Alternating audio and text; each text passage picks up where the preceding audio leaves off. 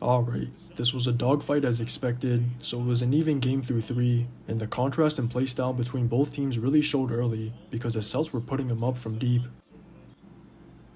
It was somewhat a mix of tendencies, because a lot of that did stem from the Thunder taking away the paint per usual, so there was always a big babysitting it, players showing in driving lanes, or players early on those low rotations, and that was forcing the Celts to spray out on any drive.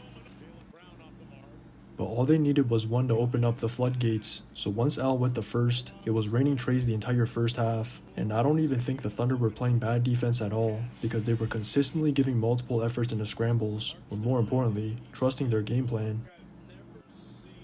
It's not the first time I've seen the Cells scorching out the gates, and the Thunder having to withstand a barrage of trays, so as bad as the deep ball was hurting them, they were still mixing up their coverages to contain the drives as much as possible. Zay was basically a roamer, or showing off screens whenever he was brought into the action, so they were in between a zone and a man whenever he was out there, and Shet was usually dropping or switching outright.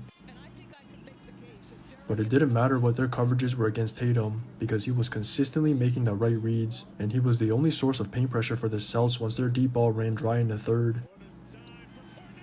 He was attacking Shet on the switch, beating either big around the corner off screens, and at this point, he's a certified big killer, because anytime he brings him into the action, he's getting a bucket or creating one.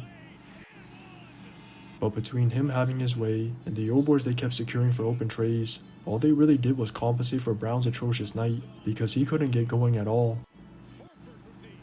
Every time he got downhill, he either had to take tough twos or had to spray out, and every time they tried to find him inside for bully ball, those entry passes were being picked off, so they were fortunate for their defense, because that end of the floor was really what kept them in the game. Early on, the Thunder were getting to the rim non-stop, and a lot of them were coming off early drives, because whenever the Celts defense wasn't set, they paid for it. But after the first, it was obvious that was a point of emphasis, because the Thunder weren't getting them from that point onward, so they even started settling from deep a bit, or ran into some turnover issues, and all the Celts did was basically match their defensive effort. It was showing from their ball pressure, to their shows, to their rotations, and I was surprised the Thunder even had chances to take control of the game, because I didn't expect them to win those non-Shea minutes without Dub, but the others were all aggressive, so they clearly learned from that Nugs loss. Early in the second, they were playing off Zay as the hub, especially Shet, so that big-on-big connection is continuing to develop, and then they carried that same aggression over into the fourth to take and maintain the lead.